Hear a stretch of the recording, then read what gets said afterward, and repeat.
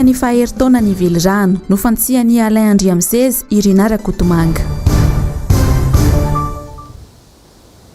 Alarobia 7 febroary 2024 manantitra ny araba ho anao tokantrano tomboky lasy sy tomboky vavy tonga soa indray ato anatin'ny fotoanan'ny fampahalalam-baovao ny MBS amin'ity alina ity ary dia asainay ampitiavana sy ampanajana ihany koa ianao anaraka izany fotoana izany hatramin'ny farany araka ny fahitantsika tamin'ny lohatenim-baovao teo dia mitanterahana androany ny tolakandro teo tsisy amin'ny Saint-Tel Antanimena ny ady hevitra mikasika ny faheritaona ny velirandro anisany nisongadina tao anatin'izany dia ny ny Alain Andriamsez ampabe maso tao anatin'izany ady hevitra izany izay avy eo amin'ny RMDM Irina Rakotomanga izay taleny serasera avy eo amin'ny fiadidina ny Repoblika. Rahantsika ny sary makasika an'izay ao aoriana kely eo fa ny lafim-baovao anisan'ny nisongadina sy nisarika ny sain'ny maro ihany koa dia nanao valan-dresaka ho an'ny mpanao gazety teny anosy teny androany ny teo anivon'ny fikambanana Monde Justice fitakiana ny famerenana ny Ilse Parsamo no votoatiny ty fionana tamin'ny mpanao gazety ity ny andindinin'izay eo amin'ny sariny Mathieu Princy. Tsy mahatombona ny fikambanana Monde Justice raha vao nahareny fanambarany ny filoha frantsay Emmanuel Macron momba ny Île Glorieuse. Ikampitatabatra mihitsy ny Monde Justice satria tsy mazava ny tena tian'ny fitondrana atao sy atongavana. Zao dia tapoka be ty zavatra ty hoadray anao réserve naturelle hono izy inona ny dikan'izany anao réserve naturelle hono izy tsy miera tsy manina raha tsy hoe angamba miera tamin'ny présidence ndraiky tsy fantatra tsy afaka miaccusé fa dia zao tsy miera tsy manina dia zavatra dia alainy dia hoe misy réserve naturelle nefa en même temps izy any ambadibadika any tamin'ny COP 21 nantany tamin'ny ory frantsay inona tediavinareo anao réserve naturelle sa araka fahitanay dia efa manao exploitation na pétrole nareo hitanareo zany eo ianao ry malagasy ny zavatra rehetra ny fanarahana tao amin'ny CCIV fanatanterahana an'io en gros zany dia ny famerenana ampanajana ireo nostika dia ireo io tokony anaovana ina moa izy tokony anaovana ina moa izy hoe fifanarahana hoe ina ahoana tokony atao zay le izy fa tsy misy zavatra tsy misy cogestion tsy misy ressources rehefa anao tsika anirina any rehefa tompony tsika donc zay le démarche tokony ataotsika zay zany dia izay ny fifanarahana momba an'izay ary zay no angatanay amin'ny filohan'ny république zay no angatanay amin'ny ana malagasy zay no angatanay amin'ny malagasy rehetrarehetra andaotsika hiverina amin'io indray dia hoe ahoana ny fanarahantsika aminy. Ny fantatra aloha dia fihin'ny frantsay mafy reto nosy manodidina any Madagasikara izay efa ofisialy fa any Madagasikara madiodio. 4 milliards de baril ny ao ary vola be tsy hita pesipeseny na azahoana mampandroso ny firenena malagasy afaka manao EPP tsiray no ebebona afaka manao EPP 19 000 izy amin'io vetivety afaka miteraka asa be dehibe zany afaka manao CEG 10 000 rakely isaky ny commune ny lycée afaka manao lycée toratoraka zany ary afaka manao université manerana amin'ny Madagasikara zay ny atao hoe fampandrosoana voalohany vidiny solika ao azahoantsika manao zavatra be dehibe mampandroso ny tanora sy ny vahoaka malagasy maninona tsy asao vahoaka na ny teny andafavaratra na ny tao amin'ny CCI alao hitam-bahoaka samitsika mitaky hoe inona ny lazaina tao dia inona ny résolution navoaka amin'ny vahoaka inona ny nataon'ny tany andafavaratra inona mbola hoe andeha ho any Frantsa ny délégation atsika mandana ane makany dia hitatsika tsy hipetra-potsiny fa hitorany amin'ny sehatra iraisam-pirenena ny Monde Justice amin'ity resaka Ilse Parsa ity miantso ny vahoaka malagasy izy ireo hanolotanana azy amin'izany indrindra fa ireo fikambanana iraisam-pirenena. Fa manodidina ny fitakiana ireto nosy manodidina ny Madagasikara ireto dia namoaka fanambarana androany ny fikambanana les bâtisseurs dans la cité mikasika ny fitsidiana ho ataon'ny ministra ny raharaham-bahiny frantsay eto Madagasikara tokony hoentitra izy ireo ny fanjakana ny amin'ny fitakiana ireo Ilse Parsa ireo ndeha rahantsika ny andinindinizay hoetiny Jessica Miray sy Toky Ramarolahy. Itsidika ny Madagasikara manomboka rahampitso ny ministry ny raharaham-bahiny frantsay Jean-Yves Le Drian ka isy ny fisionany amin'ny ben'ny tanàna Antananarivo. Anisan'ny horesahany mandritra ny fandalovana eto ny Ilse Parsa. Manoloana io indrindra dia namoaka ity fanambarana ity ny fikambanana les bâtisseurs dans la cité. Tokony hoentitra ny ben'ny tanàna Antananarivo amin'ny fitakiana ireo nositsika ireo. tompona andraikitra lehibe amin'izany ihany koa tahaka an-tanan-dehibe rehetra eto Madagasikara i Antananarivo. Tokony aleo tena tanteraka amin'izay ihany koa i Madagasikara. Na dia marina ary fa tsy nisy loatra tamin'ny filoha malagasy niady ho an'ny fiverenan'ny Îles Éparses ho an'ny malagasy dia efa nandresy isika tamin'ny taona 1970. Nitsidika ny Madagasikara ny filoha frantsay ny taona 1970 ifampidinika ny makasika ity raharaha Îles Éparses ity. Saingy niongana tamin'ny taona 1970 Didier Ratsiraka ka tsy nisy tohiny intsony ny resaka nanomboka teo. Mila angonina araka izany hery rehetra ahafahana mamerina ireo nosy malagasy ireo ho hiatrany ny fanambarana. Isan'izany ny fanangonana ireo malagasy rehetra hifantoka amin'ny fandresena ny taona 2020, fampivoarana ny toe-karena anatiny, famoronana antoko politika hiady hatrany ny fitakiana. Raha sanatria menina sy fanaraka ny frantsay dia manohitra tanteraka ny fanapahan-kevitra navoaka ny firenena mikambana. Fa manoloana ny asa fanarenana ny rovan'ny Manjakamiadana dia nitondra ny fanioan-keviny ihany koa androany ny solombavam-bahoaka ny Madagasikara voafidy tao amin'ny distrika Anarivon'ny Mambo. Nanao ny angom-baovao dia Germaine Menjanahary sy Tahiry Niaina. Mahamenatra ny fitondrana mijoro ny milaza fa misy ny fitoezam-pitantanan-draharaha eto amin'ny firenena izay na aseho amin'ny malagasy fa tena mavita kanefa asa fanohizana no atao tahaka ny fanamboarana ny rova Manjakamiadana. Tamin'ny fitondrana président Ravalomanana nanamboarana ny tadidy sara fa vato tany amiko tolo ny Tom Kolasy anatsarana nanamboarana ny rova raikitra ny arahana tamin'ny UNESCO nanao efa vita be dehibe vita. Marina mahafinaritra ny toy zany le asa mahafinaritra ahy toy le asa satria tamin'izany no nisehoana hoe atao inona le sansera fa nga hipetrahana Ravalomanana ty nefa ny teny tamin'izay izy tamin'izy teny tamin'ny vaingana teo iny hoe any amin'ny 3e étage dia nasiana esansera mba ahafahan'ny olona malemy ny olona tsy afaka manana ay zany laina le esansera le asansera mialatsiny fa tsy asansera napetraka président Ravalomanana zany hoe zay le asany toy zany tsy ny ravana izy fa raha ny tena izy zany le olona ny teny eny hoe tokony hoasorona io fa tsy ilaina fa averina ay ve ny ety any fa nanao le olona be dehibe ny vitany tamin'izany satria zay tapitra mihitsy mivatonay teny Ambatomanga mitomina quartz roge nentina nanaovana ny rova tokony tenenina hoe mitoy ny asa satria tsika tsy izao fitondrana izao no nanao ny rova ka zay na tsy arom-pirenena nafinaritra fa nakasitrahan'le filoha ankehitriny nametrahan'ny président Ravalomanana le asansera niakatra nakany amin'ny 3e étage zay le fa tamin'ny andro tetezamita zay ny zavatra natao voalohany asolo reto asansera reto andeha tsy fantatra sy anaovana an'le viza dia zay ny zavatra mampatsiaro andro zareo aho hoe tamin'izany agnesaka potehana koa tamin'izany raha moa enjana be raha andravo. Fa eo amin'ny resaka politika kosa indray dia nitondra fanamafisam-panazavana mikasika ny fiaraha-miasa ny solombavam-bahoaka sy ny ben'ny tanàna teo amin'ny farim-piadidiny androany ny solombavam-bahoaka ny Madagasikara voafidy tao amin'ny distrika Antsimondrano. Nanao ny fanadihadiana i Ravirazafy Mahenina teo amin'ny sariny Mathieu Prince.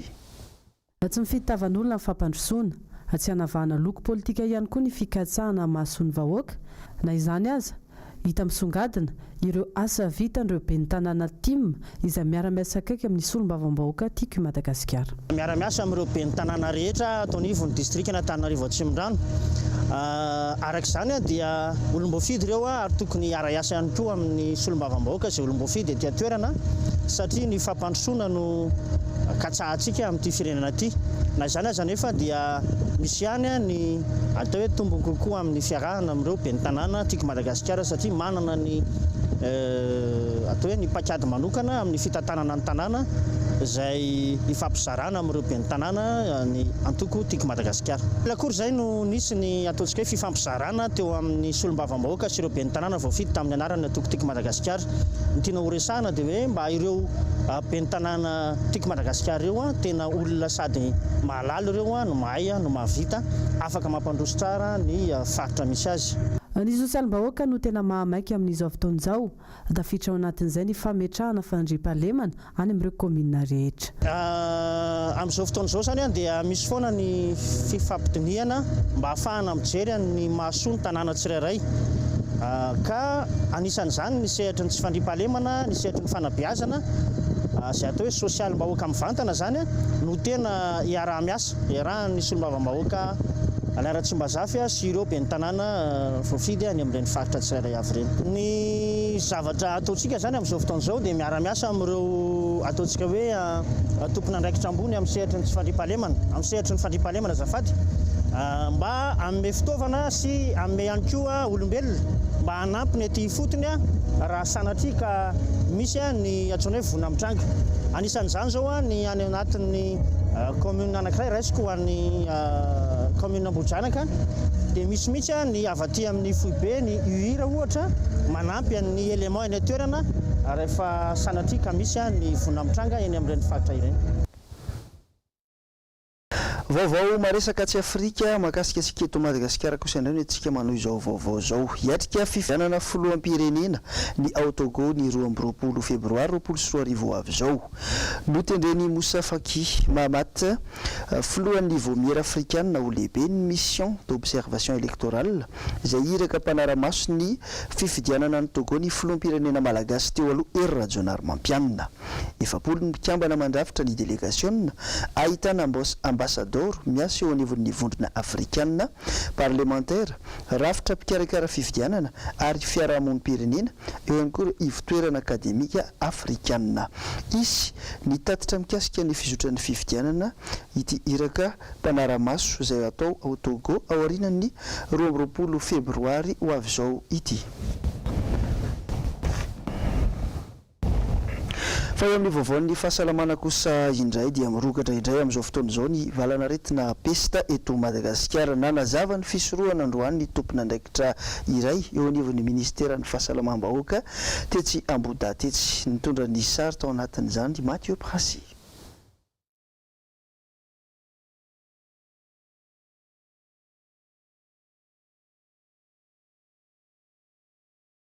Olona fito ny maty amin'ireo olona 12 voan'ny pesta tany Ambositra nanomboka tamin'ny volana Aogositra 2024 ny makaty. Mba tsy hianaka ity areti-mandoza ity dia misy paikady heverina fa ahomby hisorohana ny fianaky ny aretina. Tsy ny fitsaboana ihany ny zava-dehibe ao anatin'ny ady amin'ny pesta fa ny fototra indrindra mahatonga ny pesta dia ny voalavo.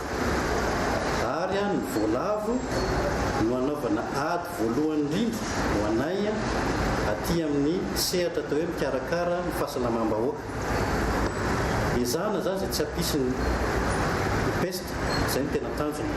Fa rehefa misy kosa izy dia tsy maintsy tsaboina ny olona ary atao izay mahasitrana an'ilay olona.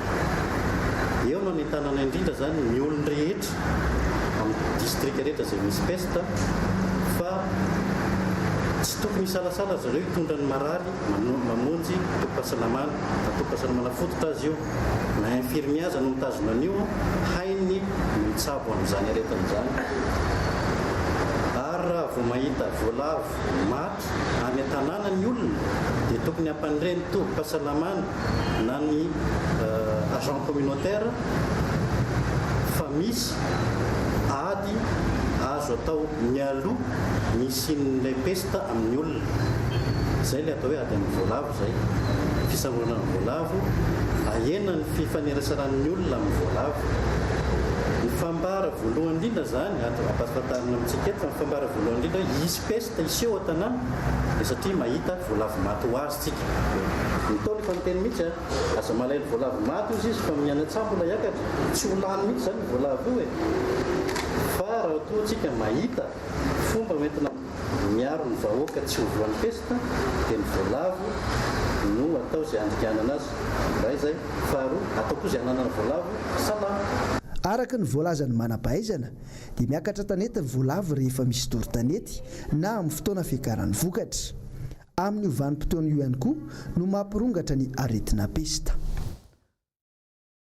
Fa nandritra ny fionana tamin'ny mpanao gazety izay nataony teo anivon'ny ministera ny fahasalamam-bahoaka tandroany maraina teo ihany koa dia nanararoatra nitondra fanampanazavana mikasika ny valanaretina coronavirus sy ny fepetra rehetra raisiny eto Madagasikara ihany koa ireo tompona andraikitra ireo. Ny andinindiny izay avy hatrany eo amin'ny sariny Mathieu Princy. Mbola mitoetrano ny fanaraha-maso mikasika an'ireo olona nananaya momba ny coronavirus eny Anosiala Ambohidratrimo. Fantatra izao fa efa misy olona tokamonina ihany koa Anosy Belleville. Marina 4,000 izay tokoa ny isan'ny olona izay mis en quarantaine eny amin'ny hôpitaly eny Anosiala. Ary misy anankiray koa any amin'ny hopitaly any Nosbe anankiray. Ireo zany dia tsy maintsy manapitra ny 4 andro tsy atao analizy ireo raha tsy hoe mivadika lasa marary, zany hoe mahafeno an'ilay ataonay hoe définition de cas, misy fièvre, mikohaka, voan'ny sery sy ny sisa. Hatreto zany reo ao reo zao dia tsy misy an'izay aloha, zany hoe tsy misy anaovana analizy, tsy misy coronavirus tonga eto amintsika. Nanomboka tany amin'ny volana desambra 2024 makaty dia efa mahatratra 5,7 ireo marary ny tivalana aretina ity eran-tany. 4,4 ireo maty ka ny 4,4 amin'ireo dia tao Chine avokoa. Vaovao mifandraika amin'ny sosialy mikasikana orinasa iray eto Madagasikara, alahelo no hita taratra teny amin'ny tavan'ireo mpiasa eo anivon'ny PMU Madagasikara. Misy 700 izy ireo ary ny 700 izy ireo dia renim-pianakaviana avokoa. Very asa tampoka mantsy izy ireo satria dia nanomboka androany ny Ambotrimanjaka mikasika ny tetikasan'ny filoham-pirenena ny resaka tanamasoandro. Naverindreo sopi-tena ny mponina eny Ambotrimanjaka indray androany fa tsy anaiky velively izy ireo ny anotorana ny taniny ary miangavy sy mangataka ihany koa amin'ny fitondram-panjakana mba hamindrana itetikasa ity any amin'ny toeran-kafa. Ravrazafy Mahenina sy Mathieu Princy. Antsoavy no ataon'ny mponina Ambotrimanjaka mangataka ny fanatanterahana amin'ny fampanantenana nataon'ny filoham-pirenena ankehitriny izy ireo ary ny hamerenana ny zoa makasina Ambotrimanjaka. Raha io 7 km mialana Antananarivo io no sahan'ny fitondram-panjakana hototofana, ahoana ny tsy asainy anao ny any amin'ny sistany lavitra andrina any, elana tsiny fa feo mandela izy. Efa misy karana manana 50 hectare eo amin'ilay Nosbe izay vola dia tsy ampy azy io dia tiany tohizana eo amin'ilay tanimbary satria manakaiky azy sady io metimety aminy. Dia masa miteny ny teknisianina malagasy ny hoe rehefa io ny tiany lavahoana zany dia andao fa ny malagasy nanaovana tsindry azo lena dia totofony io fa tsy mampaninina. Mifanohitra tanteraka amin'ny zavatra nifanarahana tao anatin'ilay promesse présidentielle, ny lokaloka fatratra fa ny vahoaka no andrianina ary ny vahoaka no maso mandidy. Ny feon'ny vahoaka amin'izao fotoan'izao dia mazava be. Aoka mba tsy hototofana ny tanimbary Ambotrimanjaka avereno aminy le zo amakasiny. Ka eto koa mba manentana ihany satria ianareo soloteny any amin'ny ministère de la culture no nanindraindra be mihitsy tato ato hoe tokony averina ny patrimoine, tokony averina ny kolotsaina, tokony averina ny sotoavina, tokony arovana, tokony atao an'izao. Fa ngatsy manana ny kolotsaina, fa ngatsy manana ny sotoavina, ary ngatsy patrimoine ny lemaka be tsy mitatatra, ary ngatsy vahoaka le vahoaka mivelona amin'io Ambotrimanjaka io. Fa manodidina kosa indray ny resaka fampianarana dia nitafa tamin'ny mpanao gazety ny MPS androany ny ben'ny tanàna nampita tafika mikasika ny fampianarana sy ny olana mianjady amin'izy ireo any amin'iny commune iny. Ny andindin'izay hoetiny Ravrazafy Mahenina sy Mathieu Princy hatrany. Tsy ampy ny vola eo ampelantanany Ray aman-dreny sasany ampidirana ny zanany any amin'ny sekolim-panjakana eto Ampitatafika. Mena noho izany tapavitrihany ankizy miditra ny tsekoly. Ny fampidirana tsekoly dia azo lazaina fa mitombo le efitrano lasenina ambe folo kanefa noho nylay fahasaranana misy eto amin'ny ray aman-dreny mpianatra ihany koa dia maro ireo ray aman-dreny zany te apety janaka ty amin'ny lycée. Dia ny fanamby zany amin'ity dia hoe anisan'le salle TIC, le informatique et communication, dia zay aloha ny tena ngeza be ho atao. Samy sahirana daholo moa raha hoe ny sahirana ny tena jerena fa ny anampiana dia hoe jerena zay tena sahirana amin'ny sahirana dia ampin'ny commune zany mandohan'le droit le 70 000 ariary iny misy an'iny droit iny manko iny aloha fa mahavesatra iny ho an'ny tatsaha zay ataoko hoe tena mahonena satria dia misy mivarotra vilany, misy mivarotra fananana kely mba entina ampianarana ny zanany. Feno folo taona androany ny lycée public tsy Ampitatafika raha telomonja ny efitrano fianarana ny taona 24 no renany mahatratra 12 izy amin'izao fotoan'izao. Etsy andany dia mbola hitady vola ny sekoly antarana ny fianarana sy hanomezana toerana fanaovana fanatanjahantena ny mpianatra. taorin'ny fanambarana izay nataony teo anivon'ny ministerany fanabeazam-pirenena kosa indray dia tsy ampahomitsidra olana ny amin'ny tontolon'ny fanabeazana ity ny ao amin'ny distrika an'Andramasina ao anisany nitaraina sy nanao antsoaviny mba hijereny ny tompona andraikitra ny mpiandraikitra ao anivon'ity distrika ity ireo olom-bofidy tao an-toerana Germain Menjanahary sy Tahiry Niaina no mitatitra ny vaovao. Sahirana ny lehiben'ny ZAP misavoritaka ny mpampianatra ao amin'ny distrika an'Andramasina atreto mantsy dia tsy tena mazava ny fanapahan-kevitra nataon'ny fanjakana ny amin'ny fanendrena izay ho lehibe ny farim-piadidim-pampianarana ao an-toerana hatramin'izao. Tamin'ny minisitra teo aloha izay nosoloana moa izao dia nisy fanendrena avy any ambony, nisy olona anankiray zany nitendrena hoe ho chef Cisco dia ilay anankiray tao an-toerana nefa tsy notifia dia izay no niteraka olana tao tsy fantatra zany hoe iza marina zany amin'izareo no tena sifa. Ny anankiray tsy namindra le fahefana, ny anankiray ihany koa nefa tsy afaka miditra satria mbola eo le anankiray.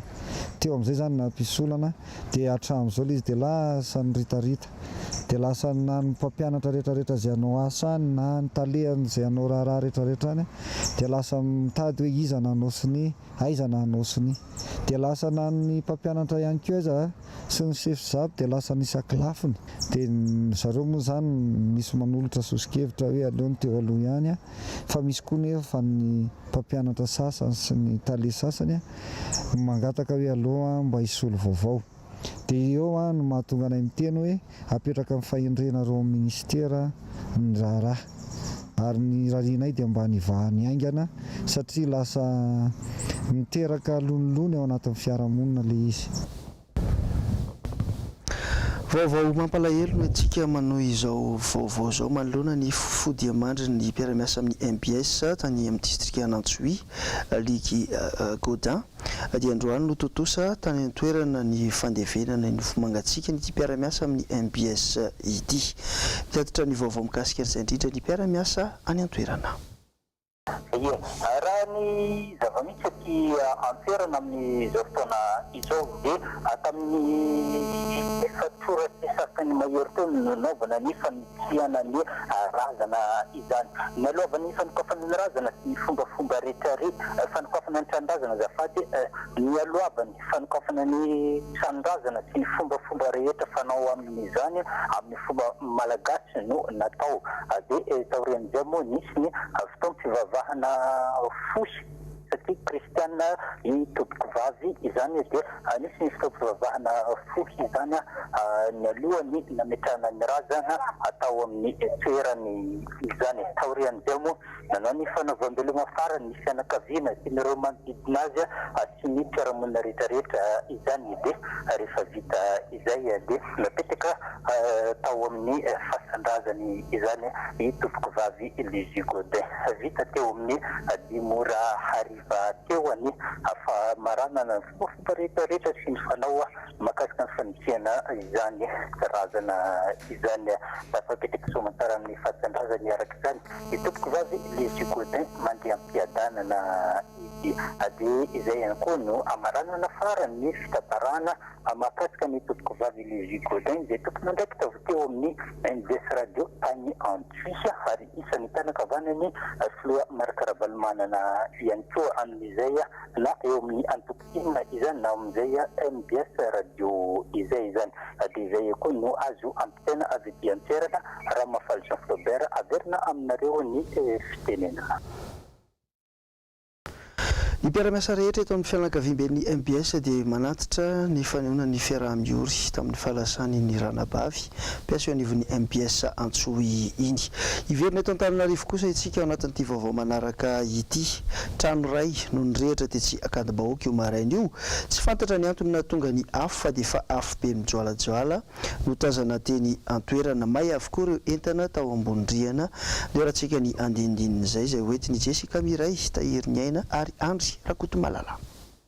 Vao maraina tokony ho tamin'ny enora sy sasany aterana ny animponina manodidina nahita setroka sy afo efa nijoalajoala tamin'ny ity trano ity. Tsy fantatra ny nahatonga ny afo fa efa nirehitra be vao hita ny manodidina. Ny tompon'ny trano rahateo efa tsy nisy tao avokoa fa efa lasa niasa. tsy nisy aloha ny any anavoy ary tsy nisy ainkono naratra fa ny entana tao anaty tomonosaka may avokoa. Tokantrano roa no ity indraindrehetra ity saingy ny tao ambony no tena maitsy nisy nondraisina. Ny fahavoana zany isy entana vitsivitsy mahainy ohatran'ny télé, lecteur, fandriana dia kahie ndraiky izy mahay daholo.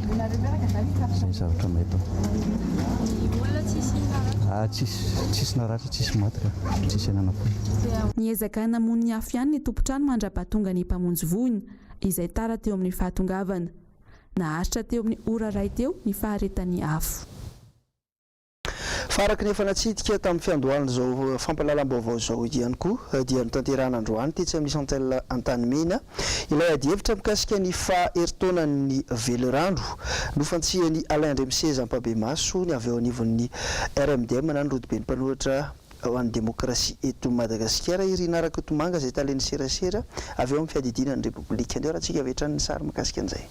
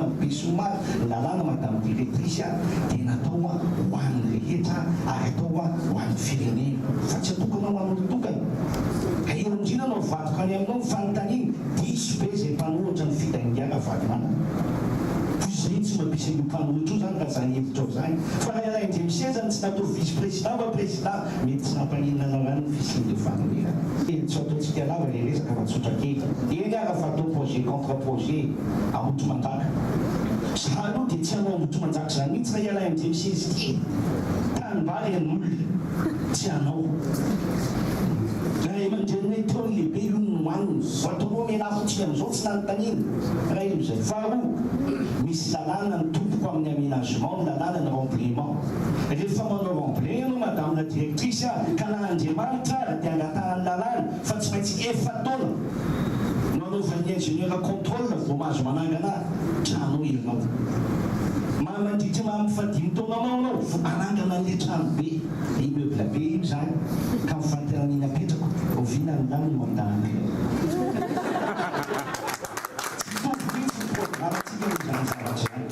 Eo le olona leo dia izany ve ozy nareo dia tsy fitiavana anao, tsy fitiavana anao fananarana anao ny tenenana an'izany, zany ministre tao anaty président anao zao. Tsy ho velonao koa fahavalony fa ohatra ny hitako tsy mety hoe mampivoazana takalavoly andeha no fa F3 tsy fantako ohatrina ny vidiny zany tsy takako zany dia moa itsika programme tsika amin'ny 13 ataonao ohatrina ny vidim-bary taminareo toera teo fantatrao ve sa anao any Dubai mividy vavy sa any Paris za malala voamazo mividy 8,500 zao izy ohatrina 10,250 valomeny makaliky io le vita eto Madagasikara madamo zany mahazo le malagasy ka ohatsy nareo anenany zany nareo atao venana zay tsy laza mihitsy raha ny fanoherana raha mbola ao anatin'ny fanoherana tsisy anao amin'izany eto Madagasikara miangatahary aminareo milaza io ny so zay manana rano iny ary alatsaka reo ny rano ny olona mantena rano sotrona tokany ataonareo anatiny aizy ny ampeny an'izany io ny so nareo misotro rano entonareo ny rano io tsy revinareo fa fenonay araraka reo aritilany ery ny rano tovino tsy manana ihany zany ka ny zavatra tiany olona tenenina aminareo dia tsotra tsy maintsy misy lahara-pahameny ny gestion de l'État ohatra ny tokantrano madamo tsy maintsy misy lalàna ny zao no ataonay voaloha zao no ataonay faharoa fa tsy okisy seria andao anangana trano be nefa ny vola tsy isy any aposy ny ankizy tsy mianatra ny vary tsy misy ao le olana karakinareo ny fampiresahana amin'izany manovatra ny verena makery amin'ny CCI dia afavory daholo ny olona tsy fantatry zay atao anarany na ina misy iny amin'ny frantsay ohatra ny consul ohatra ny tsara be mantsy le anarany sotatokokilamy sotatokokilamy nafana ny adihevitra atao anatin'iny fifampiresahana iny fa mbola hoaranao eto amin'ny fampalalam-baovao ihany moa toy n'izay adihevitra izay na ho an'ny onjam-peo na ho an'ny fahita lavitra ihany koa voalaza directrice ny présidence teo ihany koa fa laharam-pamehana ny resaka sosialy nefa any amin'ny faritra androy ihany amin'izao fotoana izao dia mitaraina ny mponina noho ny tsy fampin'ny rotsakorana sy ny tsy fampin'ny rano fisotro madio vokan'izany dia maty ny biby fiompy ary ny olom-pirenena ihany koa dia toa lasa tsy zarizary any amin'ny faritra iny dia raha tsika avetrany ny toy n'izay sary izay